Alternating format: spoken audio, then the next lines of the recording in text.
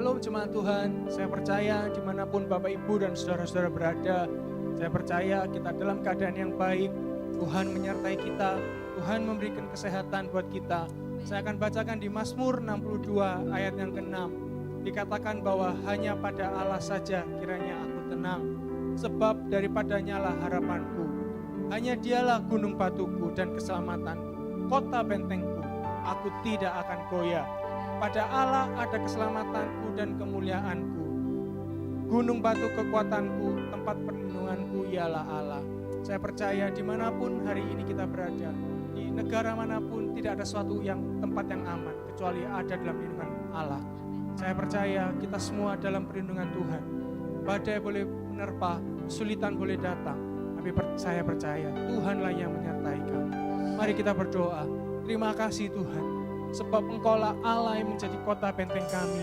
Engkau Allah yang menjadi kekuatan dalam hidup kami. Apapun boleh kami lalui, Tuhanlah yang menyertai kami. Tuhanlah yang melindungi kami. Dan kami percaya kemuliaan Tuhan akan nyata dalam hidup kami.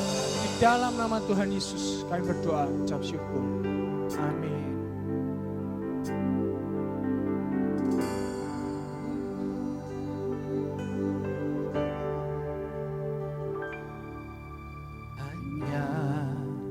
Dekat Allah saja aku merasa tenang, daripadanya lah keselamatanku. Hanya dia gunung batu dan keselamatanku. Hanya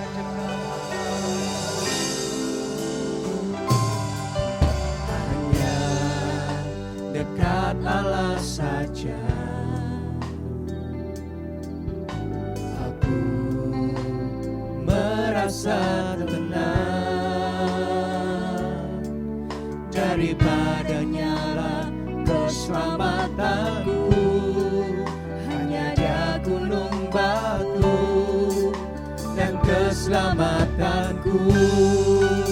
Dia kota bentengku, aku takkan goyah. Pada Allah ada keselamatanku dan kemuliaanku. Gunung batu kekuatanku, tempat perlindunganku. Dialah Allah keselamatanku. Dia angkat diriku dari kegelapan dan bawaku masuk kepada terangnya yang ajaib. Dia layak terima segala pujian dan kemuliaan. Dialah Allah keselamatanku. Dia kota bentengku, aku takkan goyah. Pada Allah ada keselamatanku dan kemuliaanku. Gunung batu kekuatanku, tempat perlindunganku. Dialah Allah keselamatanku. Dia angkat diriku dari kegelapan dan bawaku masuk kepada terangnya yang ajaib. Dia layak terima segala pujian dan kemuliaan. Dialah Allah keselamatanku. Kota bentengku, aku takkan goyah. Pada Allah saja keselamatanku dan kemuliaanku. Gunung batu kekuatanku, tempat perlindunganku. Dialah Allah keselamatanku. Dia angkat diriku dari kegelapan kegelapan dan bawaku masuk kepada terangnya yang ajaib. Dialah yang terima segala pujian dan kemuliaan. Dialah Allah keselamatanku. Dialah yang terima segala pujian dan kemuliaan. Dialah Allah keselamatanku. Dialah yang terima segala pujian dan kemuliaan. Dialah Allah keselamatanku.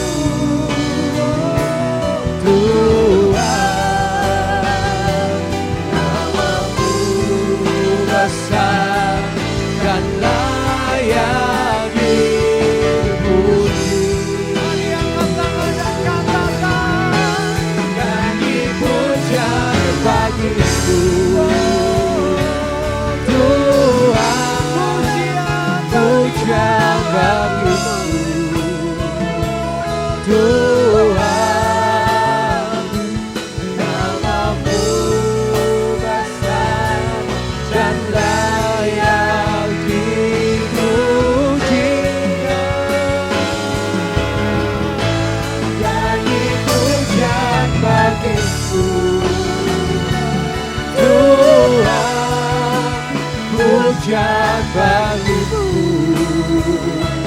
Tuhan, namamu besar dan layak dipuji. Namamu besar, namamu besar dan layak dipuji. Namamu besar, namamu besar dan layak dipuji. Haleluya, kami berikan sorak-sorai.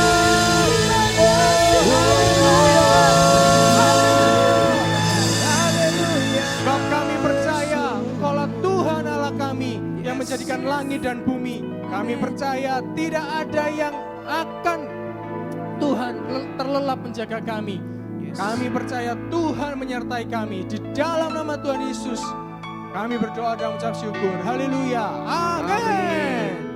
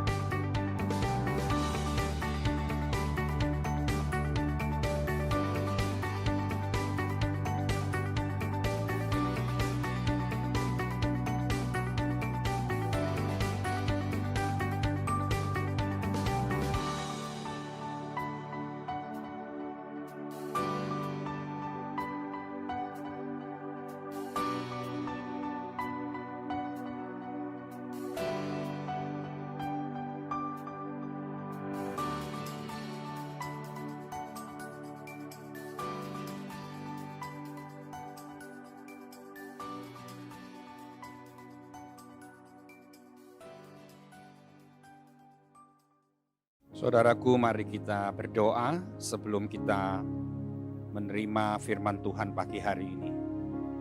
Mari kita sediakan waktu yang terbaik agar Dia bisa berbicara melalui firman-Nya kepada kita semua, supaya pagi hari ini, sepanjang hari ini, kita boleh mengalami sesuatu yang dahsyat dari Tuhan. Mari kita berdoa.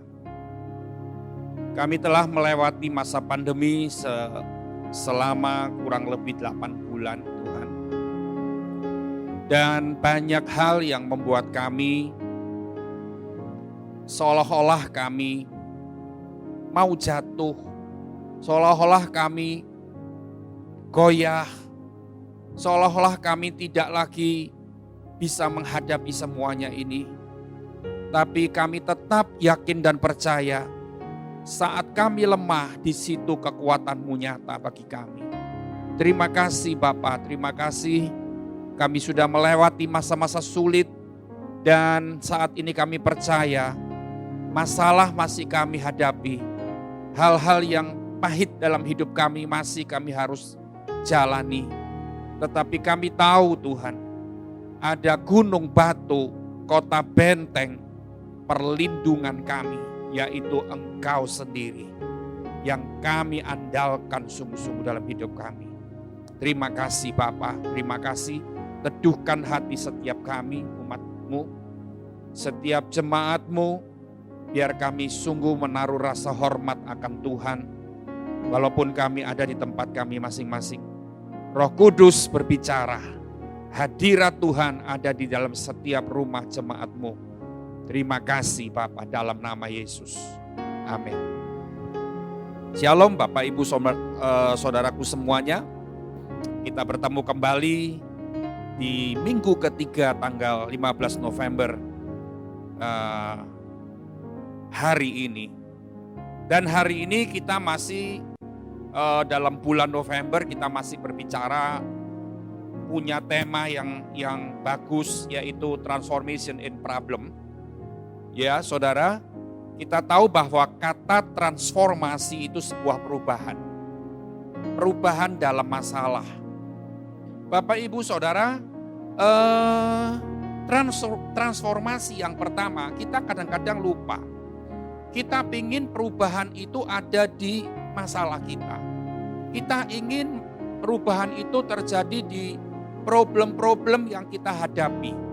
Ya, kita ingin masalah kita menjadi lebih baik, menjadi lebih pulih dan lebih tidak seberat yang lalu-lalu, maksud saya begitu. Tapi sebelum kita melihat masalah kita menjadi makin pulih, makin baik keadaannya, kita tahu perubahan, transformasi itu harus terjadi di pikiran kita dulu. Kita banyak orang Kristen berkata bahwa masalah itu harus dijauhkan dari kita. Ya. Masalah itu harus dijauhkan dari aku. Masalah itu mencelakakan aku. Sehingga Bapak Ibu Saudara, ketika kita mengalami masalah, kita benar-benar stres dengan masalah itu. Ya, tidak kurang-kurang orang stres karena masalahnya. Nah, hari ini kita akan belajar. Saya akan memberikan sebuah penjelasan secara singkat. Bagaimana perubahan itu harus terjadi di pikiran kita. Bagaimana kita punya anggapan bahwa masalah itu bukan untuk mencelakakan kita. Masalah itu bukan akan mencelakakan kita.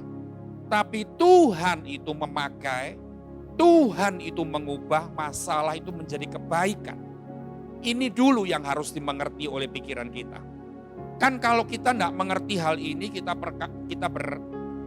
berpikir bahwa masalah ini sesuatu yang jahat. Masalah ini sesuatu yang, ini sesuatu yang harus disingkirkan segera. Aku benci dengan masalah ini, kan begitu. Tapi hari ini kita harus punya perubahan dalam pikiran kita. Kita harus berpikir bahwa masalah itu akan membawa kita kepada kebaikan. Jadi ketika masalah itu terjadi, saudara bisa bersahabat dengan masalah. Ya saudara, saudara tidak membenci masalah itu. Dan saudara setiap hari nangis karena masalah itu. Dan seolah-olah saudara ini dalam situasi yang dirundung duka dengan masalah ini. Dan seolah-olah masalah ini benar-benar mencekram hidup kita dan akhirnya kita akan mati konyol dengan masalah ini. Nah, ini yang salah. Ini yang harus dirubah dulu. Jemaat Tuhan, saudaraku, ini yang harus dibuang dulu dari pikiran kita. Kita harus punya pemahaman yang baru. Kita harus berubah dari pikiran kita yang salah bahwa masalah itu akan dibuat Tuhan untuk menjadi kebaikan. Masalah itu bukan untuk mencelakakan kita. Masalah itu tidak untuk membuat kita mati konyol. Nah, tapi masalah itu akan diubah, akan dipakai Tuhan untuk kebaikan kita. Ini penting. Ya, sampai tadi saya berkata kita akhirnya bersahabat dengan masalah. Ya, saudara. Kita akan lihat yang pertama, saudara. Masalah ini bisa membuat kita jatuh atau membuat kita bisa bertumbuh. Itu tergantung siapa. Bukan tergantung masalahnya. Saudaraku, kita lihat gini. Ada seorang yang punya masalahnya masalahnya ringan. Masalahnya itu kecil. Tapi itu seolah-olah membuat dia mati seolah-olah. Padahal ada seorang lagi yang mengalami masalah, memang benar-benar masalah itu berat sekali. Masalah itu rumit banget gitu ya. Tapi dia melihat masalah yang rumit itu, ini sebuah batu loncatan buat aku. Masalah ini sebuah alat untuk aku bisa bertumbuh. Nah, dan jadi hari ini saya ingin sampaikan gini, sayang banget gitu loh, eman banget. Banyak orang gagal untuk melihat bagaimana Tuhan menggunakan masalah ini untuk kebaikan kita. Banyak orang Kristen, termasuk mungkin saya kadang-kadang, termasuk mungkin kita semua yang sedang mendengar firman Tuhan ini, kita gagal untuk melihat bagaimana Tuhan itu sebetulnya menggunakan masalah itu untuk sebuah kebaikan. Ini yang penting. Dan banyak orang yang gagal, eman banget gitu loh. Karena dengan masalah ini seharusnya Tuhan akan memperlihatkan sesuatu yang dahsyat, tapi kita sudah memandangnya salah. Ya. Dia memilih untuk bertindak secara bodoh. Ya, secara bodoh itu artinya gini, kalau kita punya masalah, banyak orang memberikan respon, memberikan reaksi, itu reaksi yang bodoh saya tadi katakan. Contohnya apa? Reaksi yang bodoh itu, dia emosi, ya, dia marah, dia kepahitan, dia berontak. Itu adalah sikap yang bodoh. Itu adalah tindakan yang bodoh. Dia benci masalah itu. Ya. Seharusnya ketika kita punya masalah, Bapak Ibu Saudaraku semua dengar, ya, kita harus menenangkan diri, merenungkan kebaikan apa sih yang akan aku dapatkan dari masalah itu. Saudaraku, pasti sih kita akan dapat itu. Kita pasti akan dapat. Ketika kita berdiam diri, tenang. Saya belajar di akhir-akhir tahun, berapa tahun terakhir, kalau ada masalah saya tenang. Saya enggak meledak-ledak emosi saya tidak memberikan respon yang dipenuhi dengan hawa nafsu, enggak. Tapi saya tenang, saya merenung, saya menyendiri. Dan saya di situ mendapatkan banyak hal yang ditunjukkan oleh Tuhan. Sebetulnya masalah ini bisa membuat ini loh. Tidak bisa membuat ini loh. Dan itu semua kebaikan. Ya saudara. Saya mau sebutkan ada beberapa contoh. Ya. Yang pertama, orang konyol itu sering membuat masalah. Perhatikan, harus dicatat. Orang konyol sering membuat masalah. Karena gini kan saudaraku. Masalah yang kita hadapi itu ternyata banyak sekali akibat dari kita sendiri yang membuat masalah. Saya tadi katakan, karena kita nih tidak mengerti harus berespon bagaimana, bereaksi gimana, kita salah bertindak, bersikap, dan itu tentu ternyata membawa masalah yang lebih besar. Jadi orang konyol sering membuat masalah. Jangan mau disebut orang konyol, karena orang konyol itu membuat masalah terus. Yang kedua, orang kerdil memperbesar masalah. Ya, kita pasti nggak mau disebut orang kerdil. Orang kerdil itu, maaf ya, kata bahasa sehari-harinya orang cebol. Nggak ada orang mau disebut kata cebol. Itu sebutan yang negatif. Orang kerdil memperbesar masalah. Banyak kan di antara kita, masalah itu sebetulnya bukan masalah besar, tapi itu masalah kecil, tapi kita yang memperbesar sendiri. Ya, kita nggak sadar kita ternyata memperbesar masalah. Itu orang kerdil. Yang ketiga, orang biasa membicarakan masalah. Nah, ini orang biasa. Artinya gini, biasa orang membicarakan masalah itu kan biasa. Kalau kita punya masalah, kita bicarakan terus. Saya beberapa waktu yang lalu berbicara kepada seseorang dan saya berkata gini, mulai hari ini kamu stop berbicara tentang masalah itu. Ya, kalau kamu mau dibimbing, saya bilang berhenti dari memperbincangkan masalah itu. Jangan diceritakan, jangan di blow up terus masalah itu. Itu biasanya orang seperti itu. Jadi saya tadi katakan, orang biasa membicarakan masalah. Yang keempat, orang besar mengatasi masalah. Nah, ini penting. Ya, kita mau dikatakan orang besar, bukan dipikir orang besar itu kaya dulu. Enggak. Ya, orang besar itu bukan orang yang terhormat dulu, bukan. Orang besar itu adalah orang yang bisa mengatasi masalah. Ternyata semua masalah itu bisa diatasi dengan pengertian yang benar, dengan ketenangan, dengan reaksi yang bagus. Ya. Jadi orang besar bisa mengatasi masalah. Kalau ada masalah, jadilah orang besar. Jangan membicarakan mana-mana masalah itu. Itu salah. Itu orang biasa. Yang kelima, orang bijak bersyukur dengan masalah. Nah ini dia. Dari poin yang keempat, tadi saya berkata orang besar mengatasi masalah, kita semua mau dikatakan orang besar. Ya. Yang kelima tadi saya berkata orang bijak bersyukur dengan masalah. Kita suka dikatakan bijak. Orang bijak tandanya bersyukur dengan masalah. Karena tadi saya berkata di pikirannya, di benaknya, masalah ini akan dibuat Tuhan menjadi sebuah kebaikan. Melalui masalah ini Tuhan sedang membuat aku bertumbuh di dalam kehidupan yang lebih baik lagi. Ini orang bijak. Jadi ketika ada masalah, oh terima kasih Tuhan untuk masalah ini. Membuat aku semakin bijak, membuat aku semakin dewasa, membuat aku semakin matang. Ya. Yang keenam, orang kreatif melihat peluang dari masalah. Perhatikan, orang kreatif melihat peluang dari masalah. Saudara tahu orang kreatif itu kan selalu punya, bisa dikatakan kreatif karena dia bisa mendapatkan ide-ide yang cemerlang, begitu kan? Itu orang kreatif, ya, melihat peluang dari masalah. Ternyata melalui masalah ini ada peluang juga. Ini orang kreatif, maka itu jadilah orang kreatif.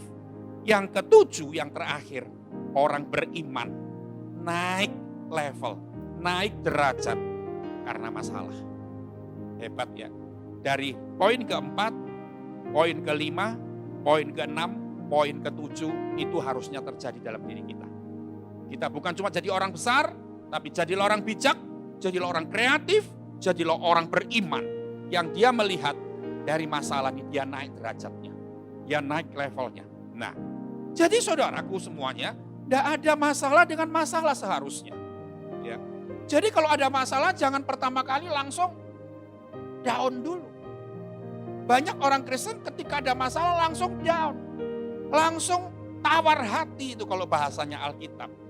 Ya, tawar hati bahasa Alkitab. Langsung loyo dulu. Langsung lemes dulu. Nah, karena kita akan belajar tadi beberapa hal. Melalui masalah itu kita bisa bersyukur.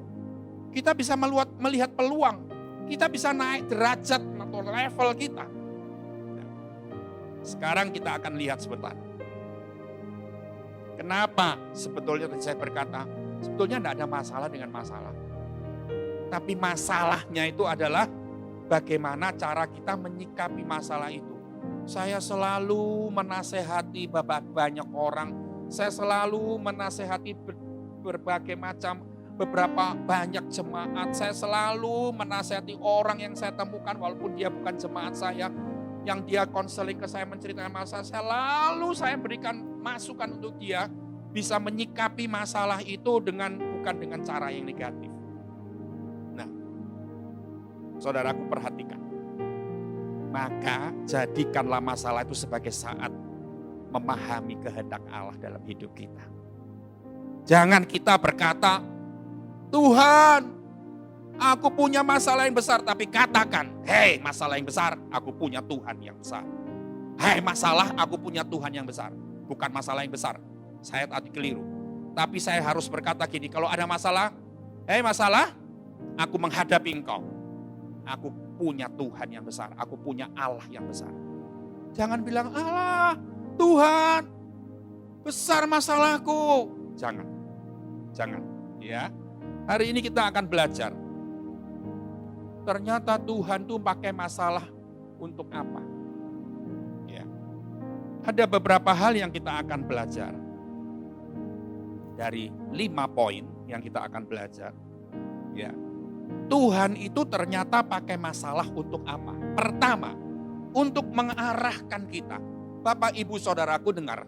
Masalah itu kalau terjadi itu seperti api yang dibakar di bawah pantat kita.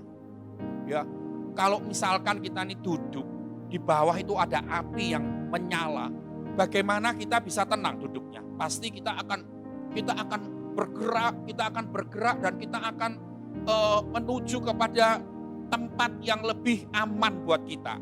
Masalah itu seperti api yang sedang mau membakar kita di bawah pantat kita. Ya, di bawah pantat kita. Dan nomor satu, Tuhan pakai masalah itu untuk mengarahkan kita. Mengarahkan kita apa? Mengarahkan kita pergi ke tempat yang lebih baik. Untuk berubah. Ini perhatikan. Jadi ketika ada masalah terjadi, kita tidak mungkin akan diam.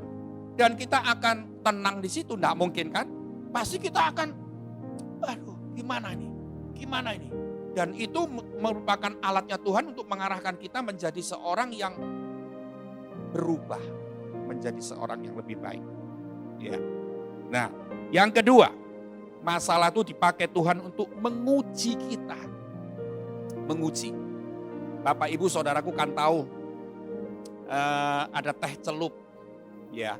Teh celup itu kalau dimasukkan, dicelup ke air panas, kita akan melihat tehnya itu keluar. Kita akan melihat benar-benar itu teh. Karena kadang-kadang yang dicelup itu belum tentu teh. Jadi maksudnya gini, melalui air panas itu ibaratnya masalah. Kita itu diuji. Tuhan itu melihat keaslian kita. Tuhan itu melihat kesejatian kita. Sebenarnya yang namanya James Ong ini orangnya gimana sih? Dan dia pakai selalu melalui masalah. Ya.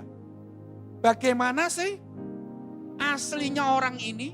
Tuhan mau menguji. Karena kalau tidak ada masalah, semua orang bisa berpura-pura.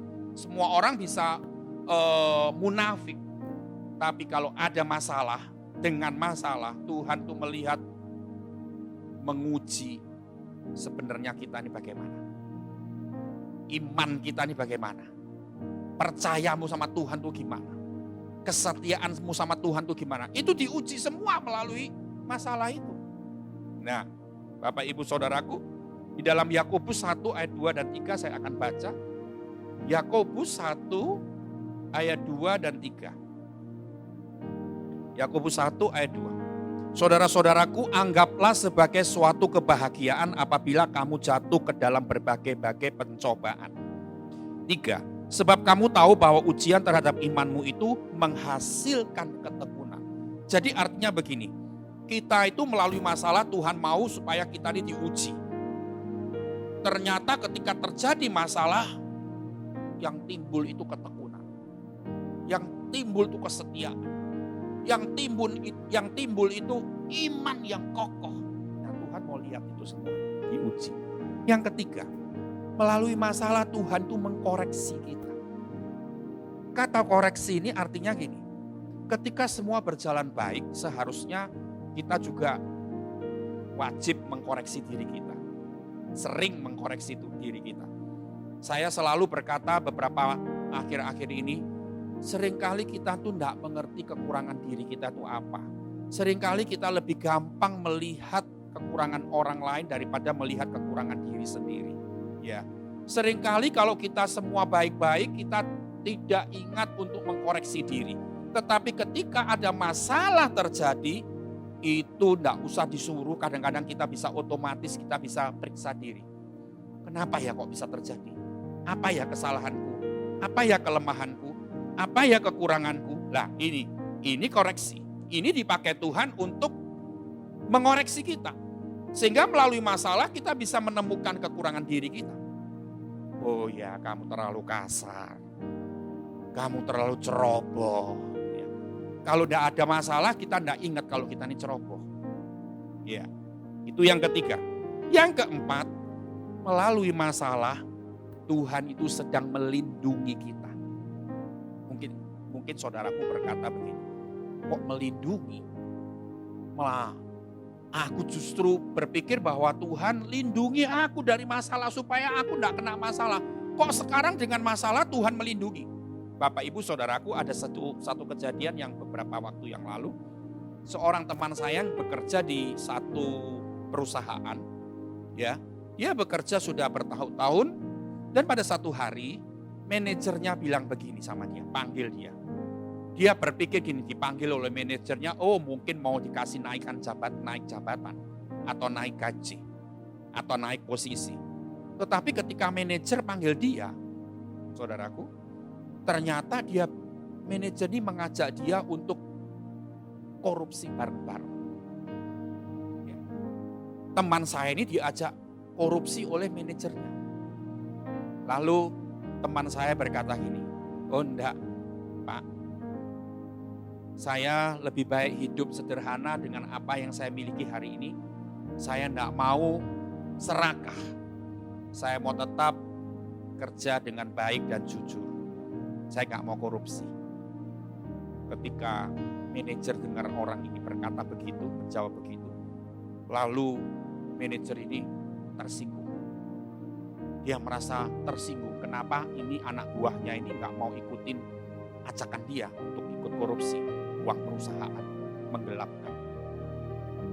Singkat cerita, setelah kejadian yang sederhana itu, manajer naik ke bos, ke owner. Dia bilang, Pak, anak buah saya bernama ini akan saya pecat. Karena dia ini melakukan hal-hal yang sudah saya tegur berkali-kali, tapi dia lakukan kesalahan-kesalahan yang fatal dan itu akan merugikan perusahaan. Bos itu gak lihat apa-apa, dia cuma percaya dengan kata-kata manajer. Akhirnya teman saya ini dipecat. Dipecat dengan alasan ini, itu ada alasan. Ya. Tapi dia tenang. Di masa-masa seperti ini dia dipecat, itu sesuatu yang memukul banget. Dia nggak bisa menafkahi anaknya, istrinya. Biasanya gaji setiap bulan itu sudah ada. Dia hari itu dapat berita bahwa dia dipecat. Dia pikir bulan depan anakku akan makan apa. Dia resign dengan sebuah tekanan. Nggak lama, saudaraku. Nggak lama. 1 bulan kemudian, dia mendengar dari teman-teman di perusahaan yang dulu dia bekerja, manajer ini ketangkep. Manajer ini ternyata karena sesuatu hal kebuka semuanya, yang dia sudah bertahun-tahun itu menggelapkan uang perusahaan, ternyata terbongkar semuanya. Dan hari itu setelah 1 bulan kemudian dari orang ini dipecat, dan 1 bulan kemudian terbongkar dan dilaporkan ke polisi. Singkat cerita, dia masuk penjara, manajer ini. Dia dapat hukuman yang berat, nama baiknya habis, ya, dan namanya tersiar di mana-mana dengan tuduhan yang dia sudah lakukan memang bukan tuduhan palsu. Lalu teman saya ini merenung gini, Tuhan, ternyata melalui masalah ini Engkau sedang melindungi aku. Masalah yang dihadapi teman saya itu apa? Ya, dia di PHK secara sepihak. Ini masalah kan? Ya. Mungkin kita berkata gini, kenapa Tuhan kau harus PHK saya? Di musim-musim seperti ini. Tapi dengar Bapak Ibu Saudaraku semuanya. Melalui masalah itu Tuhan sedang melindungi teman saya ini dari nama baik yang tercemar, dari orang-orang yang akan mempermalukan dia, dilindungi oleh Tuhan. Tapi ketika kita memutuskan untuk hidup benar, walaupun akan mengalami masalah, enggak lama, enggak sampai 2 bulan, tidak sampai 2 bulan, teman saya ini mendapatkan tawaran pekerjaan lagi. Saudaraku, untuk bekerja memulai pekerjaan dan buka lowongan perusahaan buka lowongan di masa-masa pandemik ini kan sesuatu yang agak mustahil. Tapi dengar, teman saya ini ya melalui masalah itu dia dilindungi Tuhan dan dia mendapatkan pekerjaan di sebuah perusahaan yang berskala internasional. Gajinya berlipat-lipat kali daripada gaji yang pertama di perusahaan yang pertama. Semua orang kaget, semua orang terkejut. Di musim seperti ini, di masa semua orang mem-PHK karyawan-karyawannya. Ya. Saya melihat teman saya ini justru mendapatkan peluang untuk bekerja dengan gaji yang berkali-kali lipat lebih dari yang pertama. Artinya begini, kadang Tuhan pakai masalah itu untuk melindungi kita untuk masalah sesuatu masalah yang lebih besar. Jangan marah. Yang terakhir, yang kelima. Ternyata masalah itu Tuhan pakai untuk menyempurnakan kita. Saudaraku, ada ayat di dalam Roma 5. Coba kita akan baca sebentar. Roma 5 ayat 3 dan 4. Ayat 3 berkata, dan bukan hanya itu saja, kita malah bermegah juga dalam kesengsaraan kita, karena kita tahu bahwa kesengsaraan itu menimbulkan ketekunan, dan ketekunan menimbulkan tahan uji, dan tahan uji menimbulkan pengharapan, dan pengharapan tidak mengecewakan, karena kasih Allah telah dicurahkan di dalam hati kita oleh Roh Kudus yang telah dikaruniakan kepada kita. Nah, kita sekarang lihat, ternyata masalah itu dipakai Tuhan untuk menyempurnakan kita. Menyempurnakan apa kita? Menyempurnakan karakter kita. Bapak, Ibu, Saudaraku, percayalah, saya berkata ini di dalam nama Yesus, bahwa gini, karakter kita itu akan dibawa sampai kekekalan. Ya. Kehebatan kita di dunia ini, kekayaan kita, reputasi kita, nama baik kita cuma sampai di dunia ini selesai. Ketika kita mati, kita dipanggil Tuhan, habis semuanya, tidak berkelanjutan. Tapi benar saya katakan gini, yang terus mengikuti kita sampai pada kekekalan, apa? Karakter kita. Jadi karakter kita harus disempurnakan. Saya nggak bicara soal karakter lagi, karena karakter sudah bulan yang lalu. Ya, tapi ini sangat penting, sebetulnya sangat penting. Jemaat yang mendengar, mengikuti ibadah ini, mendengar firman Tuhan khotbah saya ini. Jangan pernah lupa, melalui masalah karakter kita terus disucikan, diubah, dibaharui. Itu penting karena Tuhan menuntut kita, saya sudah banyak berbicara bulan-bulan lalu, itu harga mati dan sebagainya, saya pakai istilah begitu. Karena apa? Karena karakter ini ikut terus sampai pada kekekalan. Tidak berhenti ketika kita mati di dunia. Ini pentingnya. Sebab itu Dia menyempurnakan kita melalui masalah demi masalah yang terjadi. Yang pertama, masalah itu dibuat Tuhan untuk mengarahkan kita, untuk kita berubah. Yang kedua, masalah dipakai Tuhan untuk menguji. Tuhan mau lihat sejatinya kita ini bagaimana. Yang ketiga, Tuhan mau koreksi melalui masalah ini, supaya kita mendapatkan kekurangan diri kita. Yang keempat, Tuhan sedang melindungi kita melalui masalah. Melindungi dari masalah yang lebih besar. Tapi yang masalah yang pertama kita harus hadapi, itu nanti Tuhan akan buka jalan. Tuhan akan menolong dan Tuhan akan mengangkat kita. Yang kelima, yang terakhir, melalui masalah Tuhan pakai untuk menyempurnakan karakter kita. Karena karakter itu akan terus mengikuti kita sampai pada kegagalan. Sebab itu Bapak, Ibu, Saudaraku, jangan marah dengan masalah yang terjadi. Mari kita belajar bersahabat dengan masalah. Ya, sekali lagi, orang konyol sering membuat masalah. Orang kerdir memperbesar masalah. Orang biasa membicarakan masalah, orang besar mengatasi masalah, orang bijak bersyukur dengan masalah, orang kreatif melihat peluang dari masalah, orang beriman naik level, naik derajat karena masalah. Ya, supaya saya berharap supaya melalui 1 bulan ini kita belajar tentang bagaimana terjadi perubahan dalam masalah yang kita hadapi ini sungguh-sungguh membuat kita berubah benar-benar dan kita akhirnya bisa bersahabat dengan masalah. Mari jemaat Tuhan, kita datang kepada Tuhan, kita berdoa, kita minta supaya Tuhan yang menerangi pikiran kita. Karena begini, jemaat Tuhan, ya, untuk seseorang berubah melalui di pikiran ini sesuatu yang tidak mudah. Bayangkan begini, biasa orang kalau menerima asisten rumah tangga atau pembantu yang umumnya dikatakan, ya ini milih yang masih muda. Dia nggak milih dia nggak mau yang tua. Yang tua dalam arti bukan tua 60-70-an, enggak. Yang tua itu sudah mungkin ke umur usia 40, 50, masih kuat. Bahkan ada orang, kalau saya berpikir gini, orang yang sudah usia 40-50 itu kan biasanya sudah pengalaman kerjanya itu kan sudah semakin mumpuni kan gitu kan. Tapi kenapa banyak orang termasuk saya enggak mau terima orang tua-tua? Karena mengubah seorang yang sudah berusia lumayan lanjut itu sulit banget. Saya sadar selama ini kita berpikir masalah ini membuat kita celaka. Masalah ini harus dijauhkan dari kita. Karena masalah ini membuat aku mati konyol. Ini sudah terbangun dari kita kecil.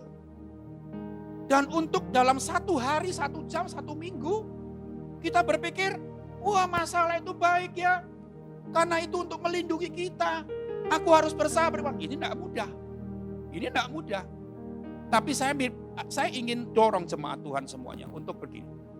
Minta pertolongan Roh Kudus untuk membuka pikiran kita, untuk mengubah benak kita. Jadi keyakinan yang salah, prinsip yang salah tentang masalah itu diubah. Kekuatan kita nggak bisa. Ya hanya bisa dengan kekuatan Roh Kudus tentunya. Mari kita datang kepada Tuhan. Kita datang kepada Tuhan. Haleluya Tuhan. Aku tahu tidak ada hal yang harus kami sesali dengan masalah yang sedang terjadi. Tidak ada hal yang akan menghancurkan kami dalam masalah yang terjadi Tuhan. Kami sekarang berdoa supaya Roh Kudus memampukan kami untuk mengubah pikiran, mengubah benak kami, mengubah keyakinan kami yang salah bahwa masalah itu sungguh tidak baik untuk kami. Tapi kami ingin Roh Kudus menolong kami sehingga kami berubah. Membuat kami berpikiran yang benar tentang masalah. Bahwa Tuhan punya banyak kebaikan tentang masalah. Dan kami akhirnya bisa bersahabat dengan masalah. Dalam keadaan yang penuh dengan masalah, kami bisa tenang. Kami bisa tidak stres. Kami bisa melayani Tuhan dengan hati yang tulus. Kami tetap bisa menikmati kasih Tuhan. Kami tetap bisa menikmati perlindungan Tuhan melalui masalah yang terjadi dalam hidup kami. Tolong jemaat-Mu Tuhan. Roh Kudus terangi hati kami. Supaya kami berkata bahwa karena masalah ini, maka Tuhan akan membuat kebaikan demi kebaikan. Dan kami tidak berkata-kata yang salah kepada Tuhan tentang masalah yang kami hadapi. Ataupun kami mengecam keberadaan Engkau dalam hidup kami karena masalah yang terjadi. Ataupun kami lebih ekstrim lagi. Kami tuding Engkau sebagai Allah, sebagai Bapa yang tidak benar, tidak adil karena masalah yang terjadi. Itu dijauhkan dari hati kami Tuhan. Itu ditolak dari hidup kami Tuhan. Kami tidak lagi mau melakukan seperti itu. Tapi di dalam keadaan yang sangat gelap di dalam hidup kami tetap berkata Engkau Bapa yang baik. Engkau Bapa yang penuh kasih. Engkau Bapa yang menolong kami. Engkau Bapa yang melindungi kami. Bapa yang mengarahkan kami. Bahkan Engkau Bapa yang menyempurnakan kami melalui masalah. Terima kasih Bapa. Terima kasih. Perhatikan umat-Mu Tuhan. Yang saat ini sedang alami kekecewaan melalui karena mengalami masalah demi masalah. Tapi aku minta Tuhan tangan-Mu yang Engkau angkat mereka kembali. Dan aku percaya kami semua tetap di dalam keadaan yang baik. Dan pasti akan menjadi lebih baik lagi. Di dalam nama Yesus kami bersyukur. Amin. Saudaraku yang kekasih, hari Minggu yang lalu saya sudah umumkan, kami sudah memberikan informasi bahwa awal Desember di minggu pertama tanggal 6 Desember itu adalah saat kita akan membuka ibadah onsite di gereja. Ya. Kita sudah selama 1 minggu yang lalu ini yang baru berjalan, kita setiap hari sudah berdoa dengan semua jemaat yang mengikuti acara doa via Zoom dalam masa puasa raya yang sudah selesai hari ini tanggal 15 November Dan saya percaya Tuhan akan memperlancar semua rencana-rencana kita ini. Karena rencana kita ini bukan untuk kebanggaan siapa-siapa, tapi untuk kemuliaan nama Tuhan saja kan. Nah, tapi karena kita harus pakai protokol kesehatan Bapak Ibu Saudaraku, jadi ruang ibadah yang kita selalu 8-9 bulan yang lalu selalu kita datang setiap minggu, entah itu jam 7 pagi, entah itu setengah 10 pagi, entah itu yang jam 5 sore. Ruangan ibadah itu tidak lagi kita dapati tempat duduk kursi dengan kursi itu rapat-rapat. Kita akan lihat bahwa saya sudah melihat dan sudah mencoba menata bahwa kursi yang kita akan menampung dengan protokol kesehatan itu paling banyak 100 orang saja. Sedangkan jemaat kita lebih dari itu kan. Jadi bagaimana yang lain? Saya minggu lalu sudah sampaikan bahwa kita tetap akan adakan live streaming ibadah online bagi saudara yang tidak datang, dan bagaimana yang datang tuh harus bagaimana? Kita akan menggunakan sistem registrasi. Ya, saudaraku semuanya perhatikan. Kita harus lakukan ini karena terbatas sekali tempat duduknya, dan ini baru pertama, untuk bulan pertama kita baru akan uji coba dengan 1 kali ibadah saja jam 9.30. Ya. Jadi Bapak Ibu Saudaraku yang ingin beribadah, yang sudah rindu beribadah, kalian harus registrasi, kalian harus daftar dulu. Nanti daftarnya juga via online. Minggu-minggu yang akan datang kami akan berikan pengumuman-pengumuman yang lebih terarah lagi. Harus daftar mulai kapan, di nomor berapa dan sebagainya, menyebutkan apa saja, itu nanti minggu-minggu yang akan datang. Bapak Ibu Saudaraku harus mengikuti terus ibadah setiap minggu. Sebab itu jangan biasakan setelah khotbah langsung dimatiin, langsung off. Ya, jangan. Setelah ibadah, setelah khotbah, ikuti pengumuman, ikuti persembahan, ikuti sampai doa berkat, jangan beranjak dulu. Supaya kita lengkap hari itu, informasi apapun yang kita dapatkan lengkap. Dan hari ini saya boleh menambahkan informasi lagi, untuk kita bisa beribadah mulai tanggal 6 Desember harus registrasi. Jangan dengan mental seperti gini. Wes enak di omah hai, aku tak melok online aja. Ya, jangan.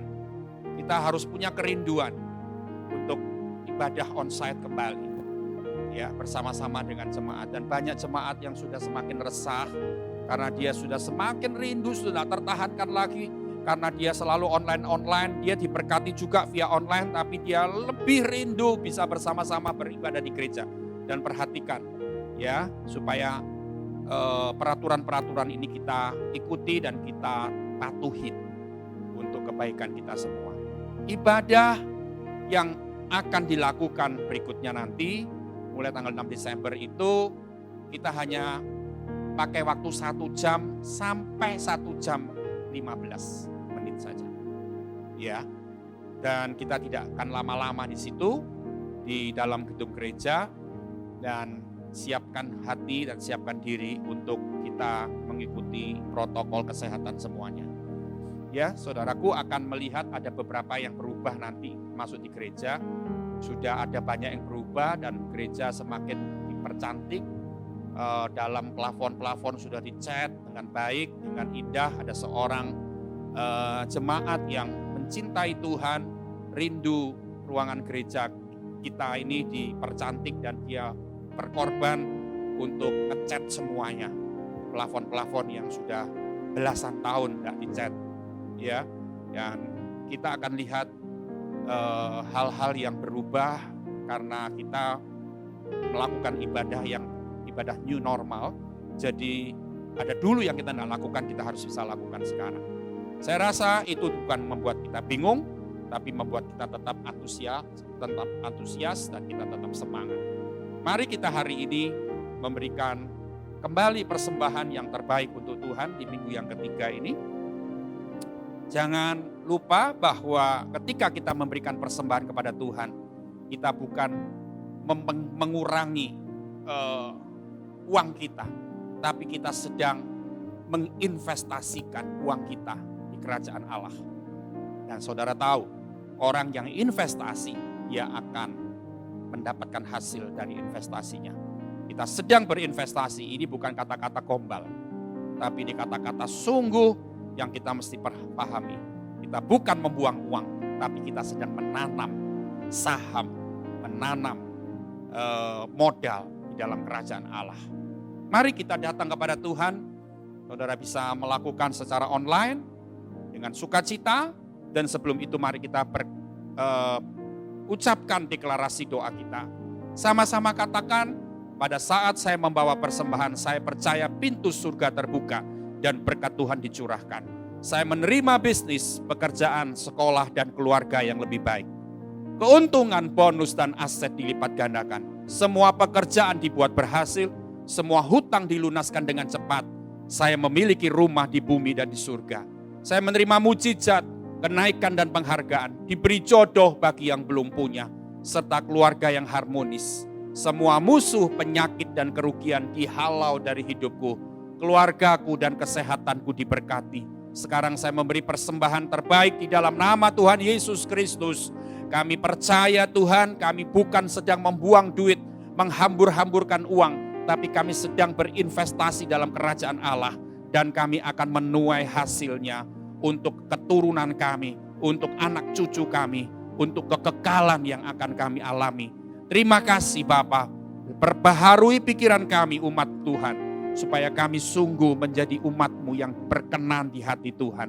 Umat-Mu yang sungguh bukan cuma hebat di luar, tapi kami dalam hati dan pikiran kami tetap lakukan kehendak-Mu satu demi satu. Dalam nama Yesus, haleluya. Amin. Engkaulah perisaiku saat badai hidup menerpaku. Firman-Mu di dalamku tenangkan jiwaku. Engkaulah perisaiku saat badai hidup menerpaku. Firman-Mu di dalamku tenangkan jiwaku.